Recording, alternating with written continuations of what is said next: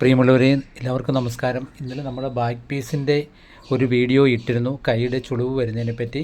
ഇന്ന് നമ്മൾ ഇട്ടിരിക്കുന്ന ഫ്രണ്ട് ഭാഗത്ത് നമുക്ക് ചുളിവ് വരുന്നതിനെ പറ്റി ഒരുപാട് പേര് പറഞ്ഞിട്ടുണ്ട്. അപ്പോൾ ആ ചുളിവ് വരാതിരിക്കാനും ഈ ടക്കിൻ്റെ ഭാഗങ്ങളിലൊക്കെ നമുക്ക് പോയിൻറ്റിന് വ്യത്യാസം വന്നാൽ ചുളിവ് വരും ഈ ഭാഗത്തൊക്കെ, അതൊക്കെ എങ്ങനെ നമുക്ക് ക്ലിയർ ചെയ്യാമെന്നും ഈ ടക്കിൻ്റെ ലെങ്ത് എങ്ങനെ നമ്മൾ മെയിൻ ടക്കിൻ്റെ ലെങ്ത് മാറിപ്പോയെങ്കിൽ നമുക്ക് എന്തെല്ലാം കാരണങ്ങൾ സംഭവിക്കുന്നു എന്നും അപ്പം അതിൻ്റെയൊക്കെ ഒരു വിത്ത് നമുക്ക് എങ്ങനെ കണ്ടുപിടിക്കാം എന്നതിനെക്കുറിച്ചുള്ള ഒരു വീഡിയോ ആണ് ഇന്ന് നമ്മൾ ചെയ്യുന്നത്.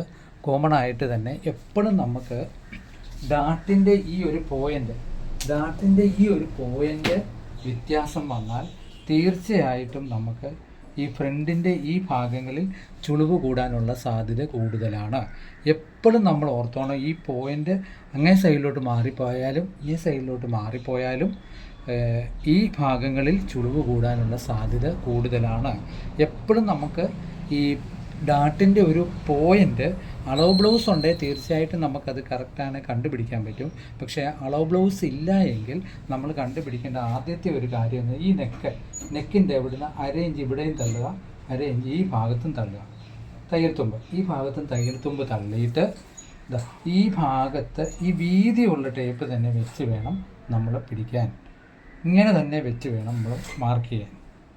ഇങ്ങനെ വെച്ച് മാർക്ക് ചെയ്യുമ്പം കൃത്യമായിട്ട് തന്നെ നമുക്ക് ഒരു 90% തന്നെ നമുക്ക് ഇങ്ങനെ ഒരു പോയിൻ്റ് നമുക്ക് മനസ്സിലാവും. ഒരു കാരണവശാലും അങ്ങേ സൈഡിലോട്ട് വൈഡായി പോകത്തില്ല, ഈ സൈഡിലോട്ട് ഈ ഡാട്ട് നീങ്ങിപ്പോകത്തില്ല. അപ്പോൾ എപ്പോഴും നിങ്ങൾ ഓർക്കേണ്ടത്, നമ്മൾ ബാക്ക് പീസ് നെക്ക് വെട്ടുമ്പോൾ ഏതാണ്ട് ഷോൾഡറിൻ്റെ കണക്കും വണ്ണത്തിൻ്റെ കണക്കും നോക്കിയാണ് ബാക്ക് പീസിൻ്റെ ഷോൾഡർ വെട്ടുന്നതും ബാക്ക് പീസിൻ്റെ നെക്ക് വെട്ടുന്നതും. അപ്പോൾ ഏകദേശം ഒരു 60% കണക്കുകൾ ബാക്ക് പീസിൽ തന്നെ നമ്മൾ നോക്കിയാണ് വെട്ടുന്നത്. അത് കഴിയുമ്പം പിന്നെ ഫ്രണ്ട് പീസിലേക്ക് നമ്മൾ വരുമ്പോൾ അതിൻ്റെ ഒരു നെക്കിൻ്റെ വൈഡാണ് നമ്മൾ ഇവിടെ കൊടുക്കുന്നത്. അര ഇഞ്ച് നെക്കിൻ്റെ ഇവിടുന്ന് തള്ളി, അര ഇഞ്ച് തയ്യൽ തുമ്പും തള്ളി. അപ്പോൾ നമുക്ക് കറക്റ്റ് ഇതുകൊണ്ട് 10.5 ഇഞ്ച് നമുക്ക് പോയിൻ്റ് കിട്ടി. കൃത്യമായി തന്നെ 10.5 ഇഞ്ച് മെയിൻ ഡാട്ടിൻ്റെ പോയിൻ്റ് കിട്ടി. അപ്പോൾ ഇത് നമ്മൾ ചെസ്റ്റിൻ്റെയും ബ്രസ്റ്റിൻ്റെയും വ്യത്യാസങ്ങൾ നോക്കിയിട്ടാണ് നമ്മൾ ഇതിൻ്റെ പോയിൻ്റ് എടുക്കുന്നത്. മനസ്സിലായി? അപ്പോൾ എത്ര ഇഞ്ച് പോയിൻ്റ് വന്നിട്ടുണ്ട് എന്ന് നമുക്ക് നോക്കാം. പോയിൻ്റ് വന്നിരിക്കുക എത്ര ഇഞ്ചാണ്? 1.5 ഇഞ്ച്. ഇവിടെയും 1.5 ഇഞ്ച്. അപ്പോൾ ഇത് തമ്മിലുള്ള വ്യത്യാസം നമ്മൾ എങ്ങനെ നോക്കണം? 1/4 ഇഞ്ച് തുമ്പ് തള്ളിയിട്ട് എത്ര ഇഞ്ച് വരും? 1/4 ഇഞ്ച് ഒരു പോയിൻറ്റും ഇല്ല, മാക്സിമം അര ഇഞ്ചിൽ കൂടുതൽ ഒട്ടും നമ്മളിവിടെ പോയിൻ്റ് എടുക്കാറില്ല. ഈ ഒരു പോയിൻ്റ് കണ്ടോ, ഈ ഒരു പോയിൻ്റ് നമ്മൾ അര ഇഞ്ച് എടുക്കാറുള്ളൂ. അപ്പോൾ ആ ഒരു പോയിൻ്റ് ഞാൻ ഒന്നും കൂടെ ഒന്ന് കാണിക്കാം. ഈ ഒരു ഭാഗത്ത് ഈ ഒരു പോയിൻ്റ് ഇത് തള്ളി നോക്കണം നമ്മൾ. ഇല്ല, ഇവിടെ നിന്ന് ഇങ്ങനെയും തള്ളി നോക്കിയാൽ നമുക്ക് കറക്റ്റായിട്ട് കൃത്യമായിട്ട് കിട്ടും എത്ര ഇഞ്ച് ഡാട്ടിൻ്റെ ആ ഒരു പോയിൻ്റ് വന്നിട്ടുണ്ടെന്ന്. അപ്പോൾ ഫിനിഷ് ചെയ്ത് ബ്ലൗസ് തയ്ച്ച് കഴിയുമ്പോൾ നമുക്ക് കിട്ടുന്നത് ഇവിടെ ഒരു 4 ഇഞ്ചും പോയിൻറ്റും തള്ളി ഇവിടെ നിന്ന് ഇങ്ങനെ ആയിരിക്കും. കറക്റ്റ് നമുക്കറിയാം 3.25 വന്നിട്ടുണ്ട്. അപ്പോൾ 3.25 6.5 ഇഞ്ചാണ് ഇതിൻ്റെ പോയിൻ്റ്. ബ്ലൗസുകൾ തമ്മിലുള്ള ഡാട്ടിൻ്റെ ഈ ഭാഗത്തെ അളവ് 6.5 ഇഞ്ചാണ്. അപ്പോൾ നമുക്ക് കറക്റ്റ് ഇങ്ങനെ അറിയാം ഈ ഒരു 6.5 ഇഞ്ചാണ് ഈ ബ്ലൗസിൻ്റെ തമ്മിലുള്ള ഒരു വ്യത്യാസം, ഡാട്ടുകൾ തമ്മിലുള്ള വ്യത്യാസം. അപ്പോൾ ഒരു കാരണവശാലും നമ്മൾ അളവ് കുറവുള്ള ബ്ലൗസാണെങ്കിൽ അതനുസരിച്ച് കുറച്ചിടുകയും കൂടുതലുള്ള ബ്ലൗസാണെങ്കിൽ അതനുസരിച്ച് പോയിൻ്റ് കുറച്ചിടുകയും ചെയ്യണം. ഓട്ടോമാറ്റിക്കായിട്ട് നമ്മൾ ഈ പോയിൻ്റ് മാർക്ക് ചെയ്തു 10.5. പിന്നെ നമുക്ക് വ്യത്യാസങ്ങൾ അറിയാൻ പറ്റും. ചെസ്റ്റും ബ്രസ്റ്റും തമ്മിലുള്ള വ്യത്യാസം നോക്കിയാണ് ഈ ഡാട്ടിൻ്റെ ഉള്ളു നമ്മൾ കൊടുക്കുന്നത്. ആ ഉള്ളു നോക്കുമ്പം തന്നെ നമുക്ക് ഈ ഒരു വ്യത്യാസം കൃത്യമായി തന്നെ നമുക്കറിയാൻ പറ്റും. ഒരു കാരണവശാലും ഇവിടുത്തെ വൈഡ് കൂടിപ്പോകില്ല. അതിന് ഏറ്റവും പ്രധാനപ്പെട്ട ഘടകമാണ് നമ്മൾ ഈ പോയിൻ്റ്. അപ്പം ഈ ഓൺലൈൻ ക്ലാസ് ഒക്കെ നടത്തുന്നവർ പോലെ ഒത്തിരി കുറുക്ക് വഴിയിലൂടെ കാര്യങ്ങൾ പറഞ്ഞാൽ നിങ്ങൾക്ക് മനസ്സിലാകാൻ പാടാണ്. അതിനുവേണ്ടിയാണ് ഒരു എളുപ്പ വഴിയിലുള്ള തിയറി കണ്ടെത്തിയിട്ട് നിങ്ങൾക്ക് ഇത് പറഞ്ഞു തരുന്നത്. അപ്പോൾ എപ്പോഴും നമ്മൾ നോക്കേണ്ടത് എന്താണ്? അര ഇഞ്ച് ഷോൾഡറിൻ്റെ ഇവിടെ തുമ്പ് കൊടുത്തു, അര ഇഞ്ച് കഴുത്തിൻ്റെ ഇവിടെ തുമ്പ് കൊടുത്തിട്ട് ഇതുപോലെ ഈ 1 ഇഞ്ച് വീതിയുള്ള ടേപ്പ് തന്നെ നമ്മൾ ഇങ്ങോട്ട് വെക്കണം.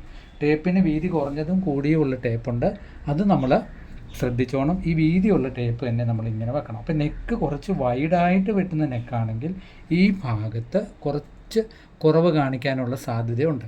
അപ്പോൾ അത് നിങ്ങൾ നോക്കേണ്ട കാര്യമില്ല. മേളിലും സൈഡിലും തുമ്പ് തള്ളി ഡാട്ട് 10.5 ഇഞ്ച് മാർക്ക് ചെയ്തിട്ട് 3 ഇഞ്ച് നമ്മളിവിടെ വൈഡ് കൊടുക്കുന്നു. വൈഡ് കൊടുത്തു കഴിയും പ്രായോഗികമായിട്ട് നമുക്ക് 3.25 ഇഞ്ച് ഈ ഭാഗത്ത് കിട്ടും ഇല്ലേ. ഇപ്പോൾ ഡാർട്ടിൻ്റെ തന്നെ നമുക്ക് നോക്കാം. ഇത് തമ്മിൽ സെൻറ്റർ നോക്കുമ്പോൾ എത്ര വന്നു? മാക്സിമം 5 ഇഞ്ച് വന്നു. 5 ഇഞ്ച് വരുമ്പോൾ തന്നെ നമുക്ക് എത്ര അറിയാം? 4 ഇഞ്ച് മേളിൽ നിന്ന് കൂട്ടിയിട്ട് 2.25 ഇവിടെ കൊടുത്താലും മെയിൻ ഡാർട്ടിൽ നിന്നും നമുക്ക് ഇത്രയേ ഉള്ളൂ സെൻട്രൽ ഡാട്ട് വരുന്നുള്ളൂ. അപ്പോൾ കറക്റ്റായിട്ട് തന്നെ നമുക്ക് സെൻട്രൽ ഡാട്ടും കിട്ടി. പിന്നെ കൈക്കുഴി ഡാട്ട് കൃത്യമായിട്ട് തന്നെ ഈ ഡാട്ടിൽ നിന്നും നമുക്ക് 1.5 ഇഞ്ച് വെച്ചാൽ തന്നെ നമുക്ക് ഉള്ളു ക്ലിയറായി. 1.5 ഇഞ്ച് വെച്ചാൽ തന്നെ നോക്കുക, കൈക്കുഴി ഡാട്ടും നമുക്ക് ക്ലിയറായി. അപ്പം ഇത്രയും നമ്മൾ ക്ലിയറായി ഡാട്ടിൻ്റെ കൊടുത്തു കഴിയുമ്പോൾ ഒരു കാരണവശാലും നമുക്ക് ഈ ഭാഗങ്ങളിലുള്ള ചുളിവ് വരുത്തേയില്ല. ഈ ഭാഗങ്ങളിൽ ചുളിവ് വരുവാണെങ്കിൽ മെയിൻ ഡാട്ടിൻ്റെ കുഴപ്പം കൊണ്ട് ഈ നെക്കിൻ്റെ ഭാഗത്തും നമുക്ക് ചുളിവുകൾ വരാനുള്ള സാധ്യത വളരെയധികം കൂടുതലാണ്. അപ്പം എത്രത്തോളം നമ്മൾ മനസ്സിലാക്കണം എന്ന് പറഞ്ഞാൽ ഈ ഡാട്ടിൻ്റെ വീതിയും ഷോൾഡറിൻ്റെ വീതിയും കഴിഞ്ഞുള്ള പോയിൻ്റ് നമ്മൾ അളവ് ബ്ലൗസ് ഉണ്ടെങ്കിൽ അളവ് ബ്ലൗസ് നോക്കുക, ഇല്ലേ അളവെടുക്കുമ്പം നമ്മളത് കൃത്യമായി തന്നെ നോക്കിയെടുക്കണം. ഇല്ലെങ്കിൽ ഈ ഭാഗങ്ങളിലെല്ലാം നമുക്ക് ചുളിവ് വരാനുള്ള സാധ്യത കൂടുതലാണ്. അപ്പോൾ എപ്പോഴും ഓർത്തോണം, ഈ മെയിൻ ഡാട്ടിൽ നിന്നും 1/2 ഇഞ്ച് കയറി വേണം സെൻട്രൽ ഡാട്ട് നിൽക്കാൻ. സെൻട്രൽ ഡാട്ടിൽ നിന്നും മാക്സിമം 1.5 ഇഞ്ച് ഏലും വ്യത്യാസം വരണം കൈക്കുഴി ഡാട്ട്, അതും പ്രത്യേകം ഓർത്തോണം. പിന്നെ നമ്മൾ ഈ വക ചുളിവുകളൊന്ന് പിടിച്ചു നിർത്താൻ വേണ്ടി ഒരു 4 ഇഞ്ച് നെക്കിൻ്റെ ഇവിടെ കൊടുക്കും. ഞാൻ വരച്ച് കാണിക്കാം. ഇങ്ങനൊരു 4 ഇഞ്ച് നമ്മൾ കൊടുക്കുന്നുണ്ട്. ഓപ്പോസിറ്റ് കളറായതുകൊണ്ട് നിങ്ങൾക്ക് മനസ്സിലാവും. ഞാൻ ഒന്നുകൂടെ കാണിച്ചു തരാം. ബ്ലൗസ് വെട്ടിക്കഴിഞ്ഞിട്ട് നമ്മളൊരു 4 ഇഞ്ച് ഈ ഭാഗത്ത് കൊടുക്കുന്നുണ്ട്. ഈ ഭാഗത്ത് കൊടുക്കുന്ന 4 ഇഞ്ച് എടുത്ത് കളയുന്നതും നെക്ക് കൃത്യമായി തന്നെ നമുക്ക് കിട്ടാൻ വേണ്ടി സ്വല്പം വലിഞ്ഞു നിൽക്കാനും സാധ്യതയുള്ളൊരു ഭാഗമാണ്. അതും മറന്നു പോകാതെ തന്നെ ചെറിയ ഓവൽ ഷേപ്പിൽ എടുത്തു കൊടുക്കണം. മാക്സിമം ഈ ഡാട്ട് വരെ എടുക്കാവുള്ളൂ, അതിനപ്പുറത്തോട്ട് അത് എടുക്കാൻ പാടില്ല. അപ്പോൾ ആ കാര്യവും നിങ്ങൾ പ്രത്യേകം ബ്ലൗസ് കട്ട് ചെയ്യുമ്പോൾ ഓർമ്മയിൽ ഇരിക്കണം. പിന്നെ ബെൽറ്റിൻ്റെ ഭാഗത്ത് ഞാൻ 4 ഇഞ്ച് എടുത്ത് കളഞ്ഞ കാര്യം നിങ്ങളോട് പല പ്രാവശ്യവും പറഞ്ഞിട്ടുണ്ട്. അത് നമ്മൾ ഒരിക്കൽ കൂടി ഞാൻ അടുത്ത വീഡിയോയിൽ നിങ്ങൾക്ക് കാണിച്ചു തരാം. പിന്നെ ഈ സൈഡ് കൂട്ടുന്ന കാര്യം, ബാക്ക് പീസ് ഇട്ട് ഫ്രണ്ട് പീസ് വെട്ടുമ്പോൾ എപ്പോഴും നമ്മൾ ഈ സൈഡിൽ തള്ളിയിടുന്നുണ്ട്. അപ്പോൾ ആ സൈഡിൽ തള്ളിയിടുമ്പോൾ എപ്പോഴും നിങ്ങൾ ഈ പോയിൻ്റ് കഴിഞ്ഞിട്ട് നമ്മൾ വണ്ണം ഒന്ന് അളന്ന് നോക്കണം. ഈ ഭാഗത്ത് ഇപ്പോൾ എത്ര ഇഞ്ച് വണ്ണമാണ് നമുക്ക് കൂടുതൽ കിട്ടേണ്ടത്? ഇത് 44 ഇഞ്ചാണ് നമുക്ക് വണ്ണം തീർന്ന് കിട്ടണമെങ്കിൽ 11 കഴിഞ്ഞിട്ട് 1.25 തയ്യൽ തുമ്പുണ്ട്. അപ്പോൾ ബ്ലൗസ് കട്ട് ചെയ്യുമ്പം തന്നെ നിങ്ങൾ വലിപ്പമുള്ള ബ്ലൗസാണെങ്കിൽ ഈ ഭാഗത്തും ബോഡി വണ്ണത്തിൻ്റെ 1/4 നമുക്ക് അളവ് വരുന്നുണ്ടോ എന്ന് പ്രത്യേകം നോക്കണം. അതെങ്ങനെ നോക്കണം? കൈക്കുഴിയുടെ ഭാഗത്തുനിന്ന് 1/2 ഇഞ്ച് ഇവിടെയും തള്ളി 1.25 ഇഞ്ച് ഇവിടെയും തള്ളിയിട്ട് ഈ ഭാഗം ഡോട്ടിട്ട് കാണിക്കുക. ഇങ്ങനെ ഈ ഒരു ഭാഗം കണ്ടോ?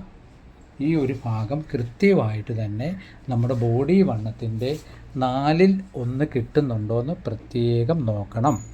അങ്ങനെ 1/4 നമുക്ക് കൃത്യവും കിട്ടിയാൽ ഈ ഭാഗവും നമുക്ക് ചെസ്റ്റും ബ്രസ്റ്റും തമ്മിലുള്ള വ്യത്യാസം എത്രത്തോളമാണെന്ന് കണ്ടുപിടിക്കുകയും അത് കണ്ടെത്തിയതിന് ശേഷമാണ് നമ്മൾ ഈ ബ്ലൗസ് കട്ട് ചെയ്യുമ്പോൾ നമുക്കറിയാം 1.25 ഇഞ്ച് ഇവിടെ ഇട്ടാലും ഈ ഒരു ഭാഗത്ത് കണ്ടു മാക്സിമം 12 ഇഞ്ച് നമുക്ക് ഈ ഒരു ഭാഗത്ത് വരുന്നുണ്ട്.